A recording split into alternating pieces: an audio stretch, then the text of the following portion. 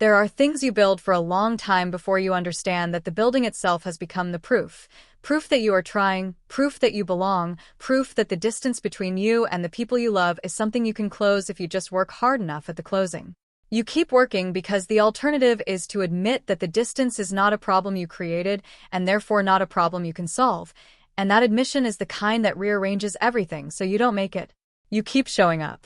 You keep booking the lodge.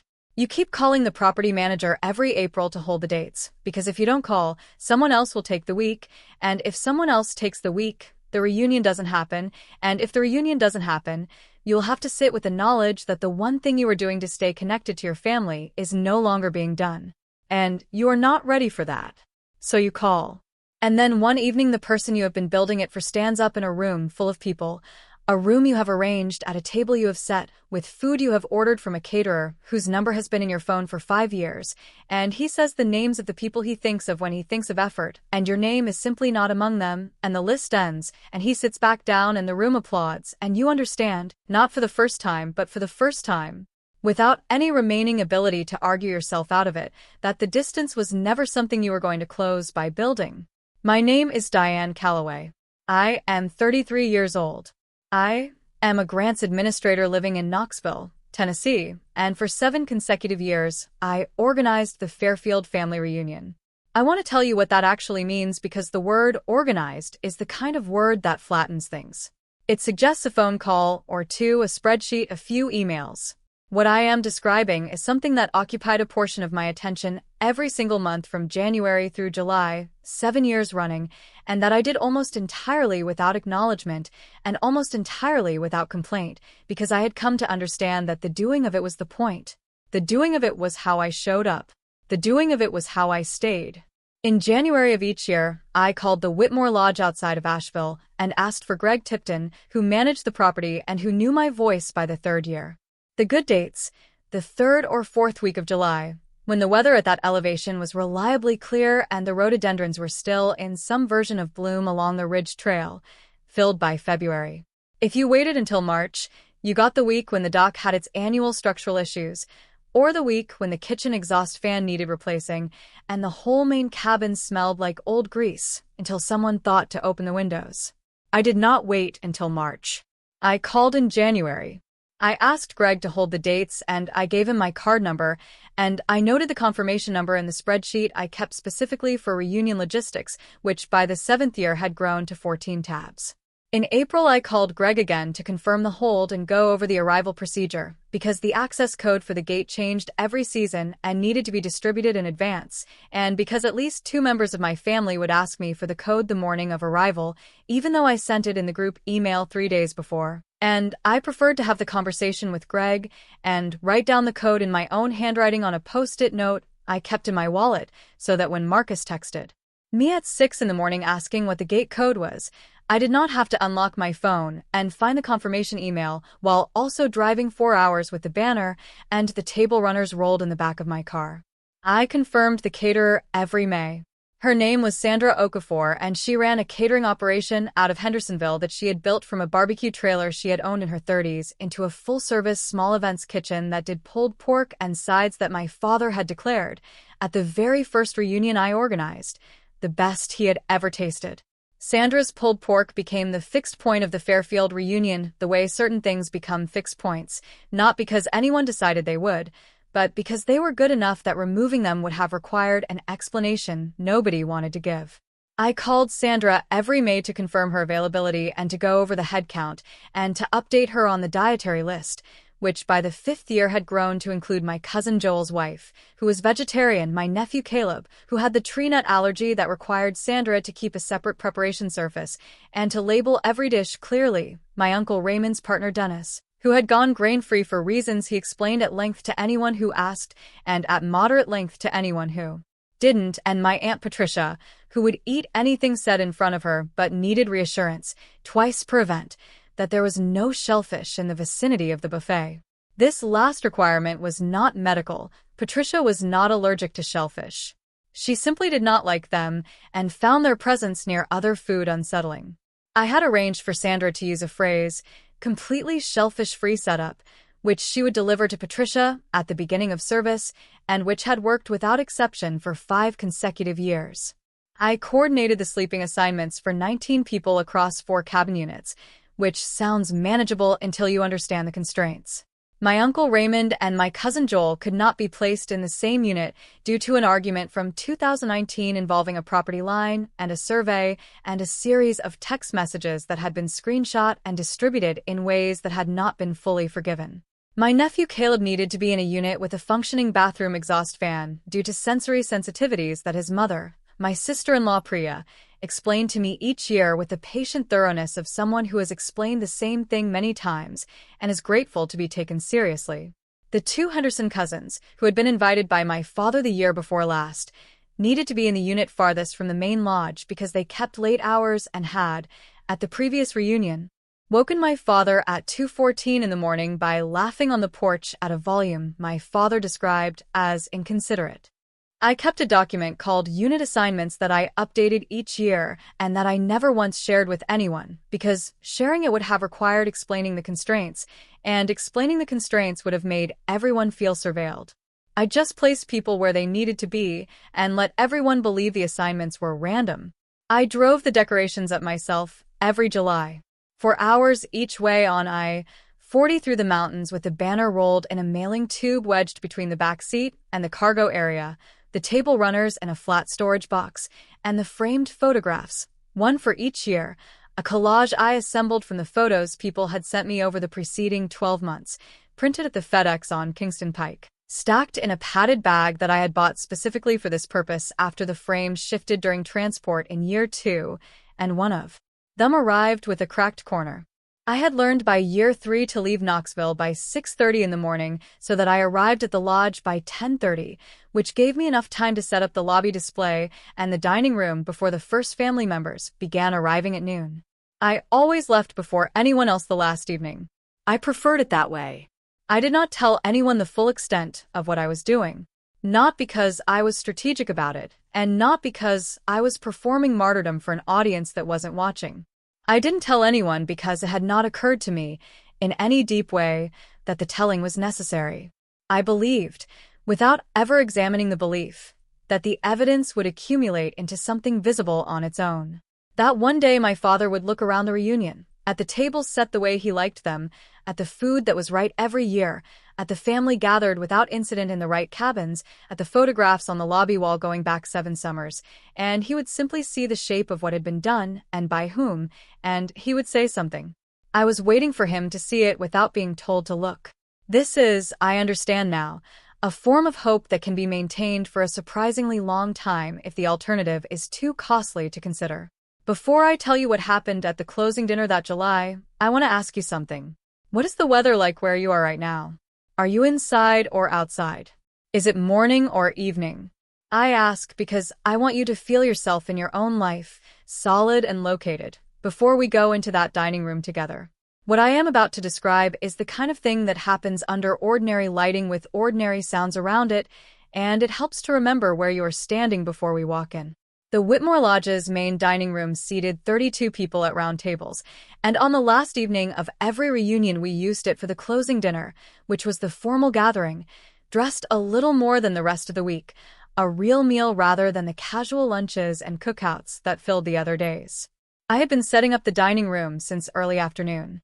I had arranged the centerpieces, candles in mason jars I'd brought from my kitchen, with wildflowers I'd cut that morning from the meadow that ran along the eastern edge of the property, black-eyed Susans, and a few stems of Queen Anne's lace, which sounds informal but which looked, when placed on the white tablecloth Sandra's team had brought, genuinely lovely.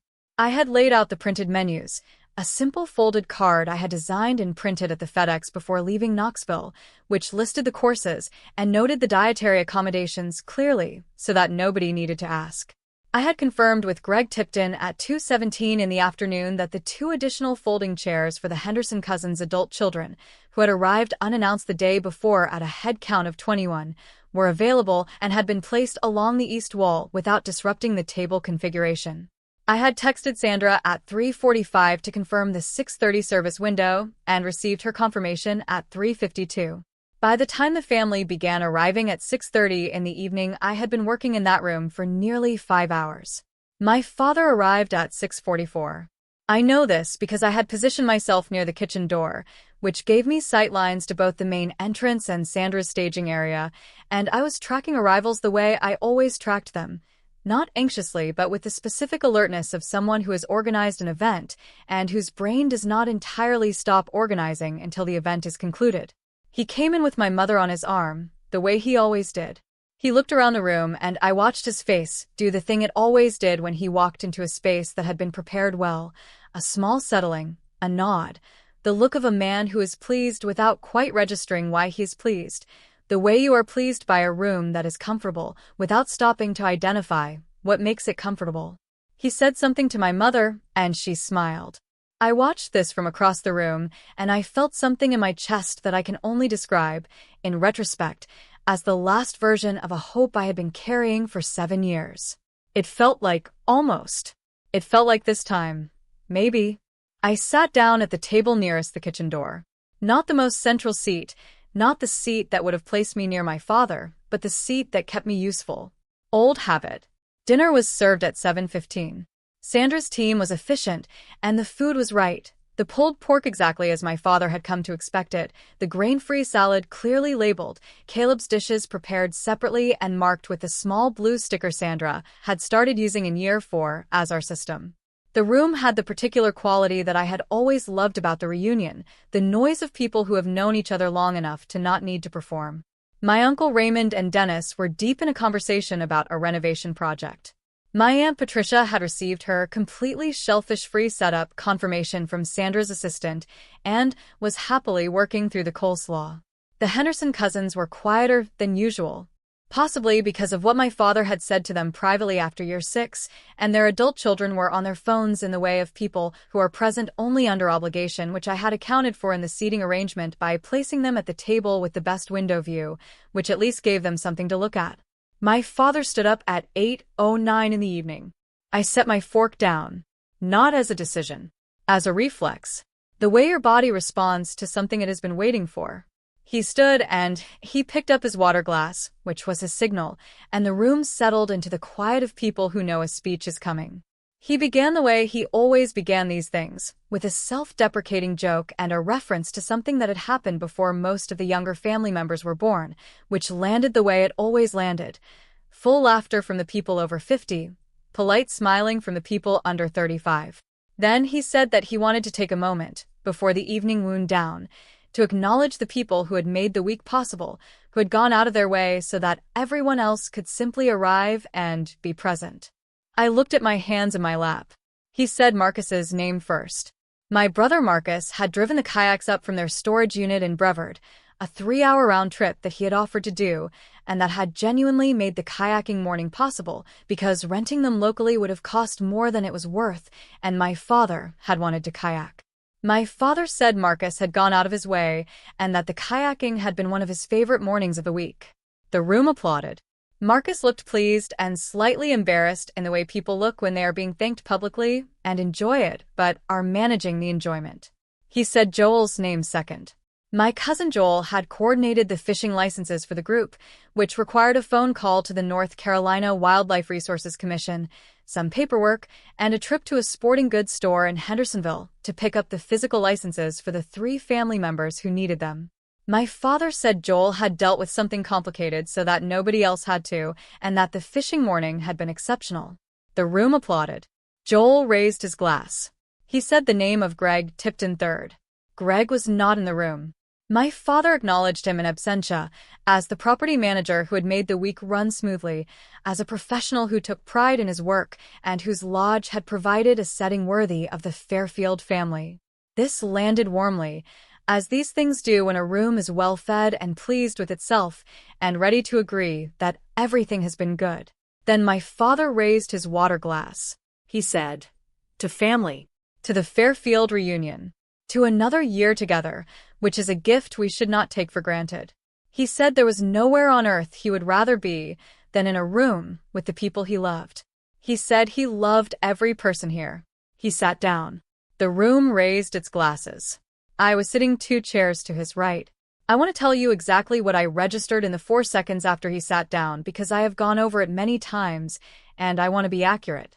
I registered that my cousin Joel was looking at me with a quick sideways attention, the kind that is checking without wanting to make it a thing. I registered that my mother had picked up her water glass and was looking into it with the careful focus of someone who is not making eye contact on purpose, which is a specific kind of not making eye contact that I recognized. I registered that my father had picked up his fork and was leaning toward my Uncle Raymond with the look of a man who has finished one thing and is moving easily into the next, the look of a man who is satisfied, who believes he has done something well. He had not done it maliciously. I want to be precise about this because I think precision matters here. He had not stood up in that room intending to exclude me. He had stood up and assembled a list in his mind of the people he associated with effort and contribution, and my name had not been on the list, and the list had ended, and he had sat back down. That is the complete injury. Not cruelty. Not deliberate erasure. Simply the absence of my name in the place where it should have been, in a room I had built, at a table I had set, eating food I had ordered, at a gathering that would not have existed without the 14 tabs of a spreadsheet nobody knew about. The absence of my name in a list made by a man who loved me in the general way, the way you love weather, present, warm, unexamined. I looked at the centerpiece I had made that afternoon. The mason jar, the candle, the black-eyed Susans from the meadow. I had cut those flowers at 8:14 that morning. I had arranged them in the jar at 9:07. I had placed them on each table at 9:45. My father had looked at them when he walked in and nodded and said something to my mother that made her smile. He had not known they were mine. He had never known any of it was mine. And I had made sure of that, systematically, for 7 years, by making it seamless, by removing every trace of effort so that the effort would feel like magic, so that the family would feel like a thing that simply happened abundantly and reliably, without anyone having to carry it. I had made myself invisible in the very act of trying to become visible. The only way to be seen would have been to do it badly enough to leave evidence. I didn't know how to do it badly. I looked across the room. My Aunt Vera, my father's older sister, 61 years old, who had driven up from Chattanooga and who had been sitting at the table by the far window all evening with the calm, observant presence of someone who has been in this family long enough to have mapped all of its weather systems and who watches those systems move without being surprised by them anymore, was looking at me. Not with pity. Not with the quick sideways check of someone trying not to make it a thing. She was looking at me plainly and directly, the way you look at someone when you want them to know, without any room for misinterpretation, that you saw exactly what happened, and you are not going to pretend otherwise. I held her look for 2 seconds. Her expression did not change. I picked up my keys from the chair beside me. I stood while the table conversation re-established itself around the dessert that Sandra's assistant was beginning to serve. I walked out through the kitchen door. The parking lot of the Whitmore Lodge was gravel, the kind that shifts under your feet and announces each step, and my car was parked at the far end near the meadow, 2 rows back from the lodge entrance, where I had placed it that morning so it would not be blocked in. I walked to it with the sound of gravel under my feet and the sound of the dinner still audible through the screen windows of the lodge, someone laughing a full-room laugh, the clink of glasses, and once, clearly, my father's voice saying something I couldn't make out, followed by my Uncle Raymond's particular low chuckle. I got to my car, and I put my hand on the door, and I stood there for a moment with the warm metal under my palm, and the night air coming off the meadow, and the ridgeline dark against the sky above the tree line, and I did not open the door immediately. I stood there, and I breathed. It was 8:23 in the evening. I want to tell you about the time I spent in that parking lot because I have come to understand that it was the most important part of everything I am telling you. Not the toast. Not the departure. Those 41 minutes in the gravel parking lot of the Whitmore Lodge, with the sound of the dinner through the screen windows and the meadow dark behind me and my hand on the door of my car. Those were the minutes that mattered. I got in and I sat with my hands on the steering wheel, and I did not start the engine, and I did not cry. I noticed that I want to tell you that I did not cry because I think it would be easier to understand if I had. Grief is legible. What I felt was not grief. What I felt was something I can only describe in architectural terms because emotional terms are not precise enough for it. It was the feeling of a structure that has been under sustained lateral pressure for so long that the pressure has become simply the condition of the structure, something the building has organized itself around, something it has compensated for in its framing and its load-bearing and the way it distributes weight across its foundation. And then the pressure is removed, not gradually but all at once, and what happens is not collapse. Collapse would require the structure to have been damaged. What happens instead is realignment. The building settles into its actual plumb. It finds its own vertical. Not relief, exactly. More precise than relief. Realignment. I thought about the first phone call I had made to Greg Tipton.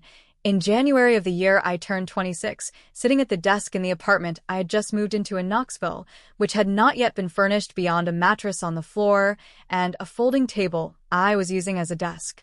The reunion had not happened the previous 2 years. My grandmother had been sick and then she had died, and the summer gatherings had dissolved into hospital visits and estate logistics, and I had decided, sitting at that folding table, that I was going to restart it. I could not have explained precisely why I felt this was my responsibility and not someone else's. I think I believed that doing it would bring me closer to my father, in the way that doing things for people you want to be close to can feel like a form of closeness, if you do not examine it too carefully. I think I believed that the gratitude would eventually arrive in a form I could feel. I had been 26 and willing to believe things that a 7-year accumulation of evidence would eventually make impossible to believe. I thought about every April phone call, every May conversation with Sandra about the dietary list, every June sleeping assignment spreadsheet, every early July morning leaving Knoxville at 6:30 with the banner in the back of the car. I thought about arriving at the lodge before anyone else, setting up the lobby display and the dining room, and then being the last one out at the end of the week, making sure the units were left in order, leaving a thank you note for Greg's team, with the key in the lockbox. I thought about the specific weight of the padded bag I used for the framed photographs, which had grown heavier each year as I added a new frame, and which I had been physically carrying, up and down the stairs of my apartment building every July for 7 years. I thought, I have been waiting for something that was never coming, in the specific way that waiting becomes invisible to itself when it goes on long enough. What I had been waiting for, I understood now with the clarity of a parking lot at night and 41 minutes of stillness. What I had been waiting for was for my father to look up. Not to thank me necessarily. Not to make a speech, or give me a plaque, or acknowledge me before an audience. I had wanted, in the simplest possible terms, for him to notice what was in his field of vision. I had wanted the thing I was carrying to be visible to the person I was carrying it toward. That was all. And he had not seen it. Not because he was incapable of seeing things, not because he was a bad man, but because the architecture of our family had never arranged itself in a way that required him to look in my direction for the evidence of effort. He looked toward Marcus because Marcus was the son. He looked toward Joel because Joel was loud and specific about his contributions and reminded people to give him credit, which is a legitimate strategy one had never employed. He had looked at Greg Tipton because Greg Tipton was a professional doing a job my father was paying for. He had not looked at me because I had made myself invisible by making everything seamless, and seamless things do not require you to notice where they came from. I started the engine at 9:04. I backed out of the gravel lot slowly, because my headlights caught the meadow grass as I turned, and for a moment the field was lit gold, and I wanted to see it. Then I pulled out onto the highway and I drove. The drive from Asheville to Knoxville is 2 hours and 20 minutes on I-40 on a clear night with no traffic, which is what I had. I drove with the radio off. I cracked the passenger window 2 inches because the air at that elevation in late July carries something that is not available at lower elevations. A coolness that has real weight to it, a smell of elevation and open sky, and the particular dark of mountains that goes all the way up, and I wanted it in the car. The highway climbs and then descends through the mountains in long sweeping grades, and I drove through them without thinking about the road in any conscious way, which is how you know a road well. I passed the exits for Black Mountain and Old Fort and the long downgrade toward the valley floor, and somewhere around the state line the sky changed, became flatter, the mountains giving way to the broader dark of the Piedmont, and I found that I was breathing differently, slower, more completely. I was not rehearsing the conversation I would eventually need to have with my father. I was not planning anything. I was simply driving, and the driving felt like the correct use of my body, like something my body had needed for a while without knowing how to ask for it. The lights of Knoxville appeared on the horizon at 11:12, low and amber against the sky, organized and familiar, and something in my chest eased in a way that I recognized as belonging, the specific easing of arriving somewhere that is yours. I got home at 11:31. I unlocked the door and turned on the kitchen light and stood in my own kitchen and looked at it. The pot of basil on the windowsill that I had started from seed in March, which had grown into something substantial and green and slightly unruly because I kept forgetting to pinch it back. The ceramic mug my friend Lena had given me 3 birthdays ago, hand-thrown, slightly lopsided, sitting upside down on the drying rack the way I always left it after washing. The stack of 3 library books on the corner of the counter, a book on watershed management in the Southeast, a collection of essays about municipal planning systems, and a novel I had started 2 weeks ago and was reading slowly because I did not want it to end. My desk visible through the doorway, the grant proposal I had been reviewing before I left for Asheville sitting in a neat stack on the left side, the notes I had made about the soil conservation project's methodology written on an index card clipped to the top page.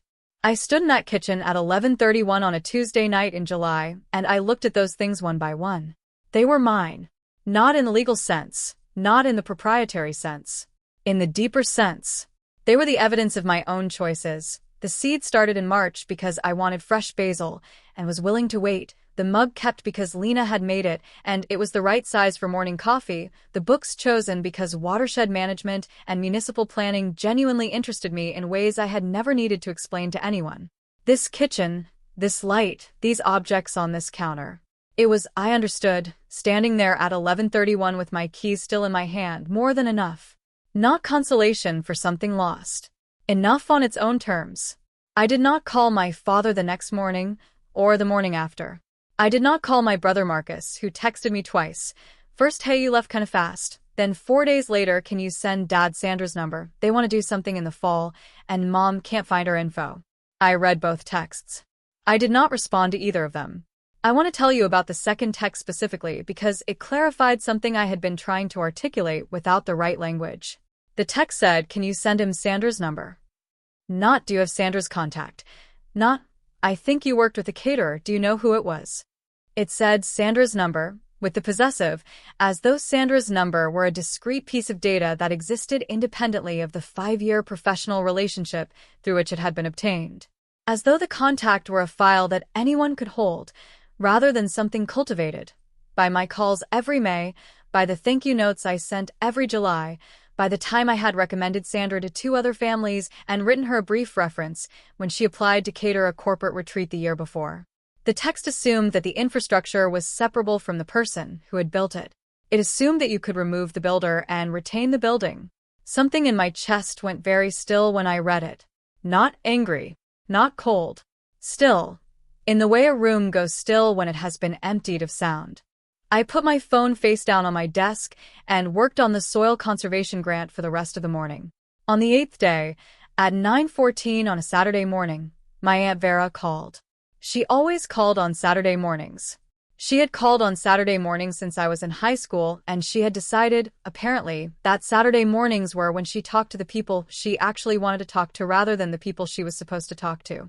We talked about my work first, the soil conservation project, the grant cycle, whether I thought the methodology section was strong enough for the federal review panel, which it was, and then we talked about her garden in Chattanooga, which was having a good summer for tomatoes and a difficult summer for the squash, and then she asked whether I had been to the farmer's market on Market Square, which I had, and then there was a pause that was different from the other pauses in the conversation, a pause that had weight and intention in it.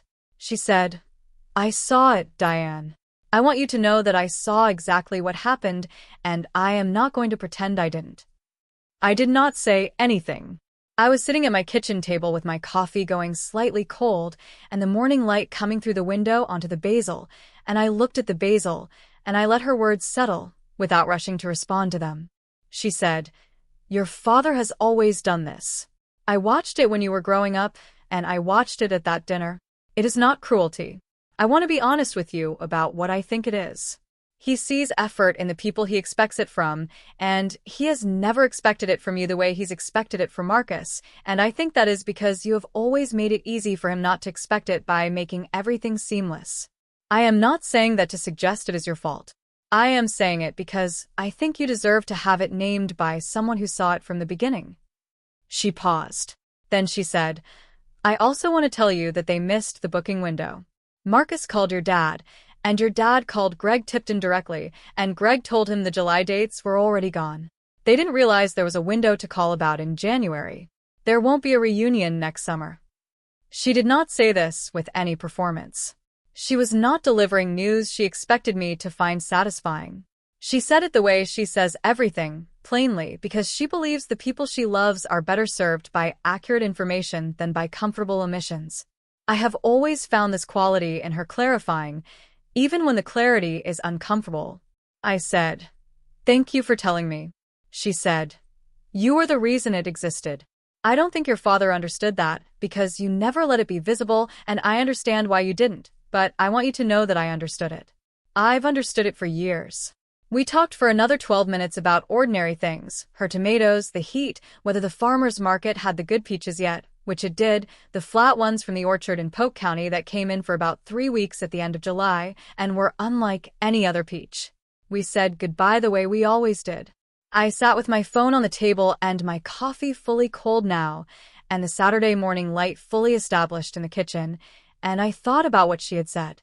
You were the reason it existed. I had known this. I had known it in the way you know things that you have never needed anyone else to confirm, in your body, in the specific weight of a padded bag carried up and down apartment building stairs, in the confirmation numbers of 7 years of January phone calls. But there is a difference between knowing something in your own body and having it witnessed by someone outside of you. The difference is not validation, exactly. It is more like orientation, like hearing a sound from 2 directions at once and finally being able to locate where it is coming from. 3 months after the closing dinner, I called my father on a Tuesday evening. It was 7:30, which is when he usually finishes dinner, and before he starts whatever he watches in the evenings, a window I knew because I had been his daughter for 33 years and had learned his schedule the way you learn the schedules of people whose rhythms you have organized your own life around. He answered on the second ring. He said hello the way he always says it, warm, available, the voice of a man who picks up the phone for people he loves and means it. The warmth has never been the problem. I want to say that clearly. He is not a cold man. He is not someone who withholds love. He loves his family the way weather loves the landscape, constantly, and without specificity. I said, Dad, I need to tell you something, and I need to say it only once. He said, Of course. What's going on? I said, At the closing dinner in July, you stood and thanked the people who made the reunion possible. You named Marcus and Joel and Greg Tipton. I was sitting 2 chairs to your right. For 7 years, I called Greg Tipton every January and April to book the lodge and hold the dates. I coordinated the sleeping assignments for 19 people. I confirmed Sandra's catering every May and managed the dietary list. I drove the decorations up myself every July, for hours each way. I built the reunion. You did not say my name. I needed you to know that I know that. And I am finished organizing the reunion. There was a pause. It lasted several seconds. Then he said, Diane, I didn't realize. I wasn't thinking clearly about who. He stopped. I didn't mean to leave you out. I said, I know, Dad. That is exactly what I have been sitting with. Another pause. Then, I want to make this right. Next year, if you're willing, we could. I said, I know. I said it quietly, without heat, and I let the silence sit after it. Not to punish him. Not to make him uncomfortable, though discomfort was perhaps an accurate response to the situation. I let it sit because I had said what I needed to say, plainly and completely, and I had nothing to add, and I had learned slowly in the 3 months since July that the impulse to soften a true statement into something more comfortable for the person receiving it was one I was going to practice declining. We talked for 4 more minutes. My mother's fall garden. A documentary about Antarctic exploration that he thought I would find interesting. Whether I was planning to come home for Thanksgiving. I said I wasn't sure yet. He said he hoped I would. I said I knew. We said goodbye. I sat in my kitchen after the call with the phone on the table and the basil on the windowsill beginning to flower. The small purple flower clusters that appear when basil has been left too long without pinching, which I had been meaning to do for 3 weeks and kept not doing, and I stayed with the specific quality of the silence in the room. He had not understood what I had been carrying. He understood it now, partially, in the way someone understands a thing they have just been told, as opposed to the way someone understands a thing they have lived alongside for years. He was not going to experience a revelation. He was not going to call me in the morning with a comprehensive accounting of everything he had failed to see. He was who he was, a man who loved me in the general way, who would have said if asked that he was proud of me, who had never developed the habit of looking at what I was doing because I had never let the doing be visible. I was not going to be able to change the architecture of his attention by making one phone call. I had not expected to. I had expected to say the true thing once, and I had said it, and it was said. There is a distinction that I think about sometimes, between forgiveness and access, between understanding and reunion, between love, the kind that is real and general and present, the kind my father has always had for me, and being known, which is specific and requires a person to look directly at you and see what is actually there rather than what they have decided to expect. Presence is not the same as being seen. Being loved is not the same as being held specifically in someone's mind. Effort, accumulated over 7 years in spreadsheets and April phone calls and 4-hour drives, does not automatically become visible simply because it is real. On a Sunday morning in late September, I was making coffee. The light in September in Knoxville comes in lower than summer light and more golden, and it was coming through the kitchen window at the particular angle that hit the basil on the windowsill directly, and for a moment the leaves were translucent. Genuinely, specifically green, the green of a thing that is alive and growing and entirely oriented toward the light, indifferent to everything except what it needs. I stood at the counter, and I looked at it. I had started that basil from seed in March. I had given it the south-facing window. I had watered it correctly and forgotten to pinch it back and let it flower when it wanted to flower. It was mine in the way that things are yours when you have tended them from the beginning. I looked at it in the September morning light for a long moment and I thought, that is enough. That is exactly enough. If you have ever organized something, a trip, a gathering, a tradition, a dinner, year after year, because you understood that if you stopped it would cease to exist, and the people who arrived at it every year and ate the food and slept in the right rooms and never asked where the decorations came from received it as simply the way things were, as a thing that happened without a maker, I want to ask you something gently. How long have you been the reason something beautiful existed without ever being named as the reason? And I want to ask you something more particular than that. Not whether you were appreciated, not whether you were thanked, but this: did you know in your own body, in your own kitchen, in the ordinary light of an ordinary morning, that what you built was real? Because it was real. The labor was real. The 14 tabs of the spreadsheet were real.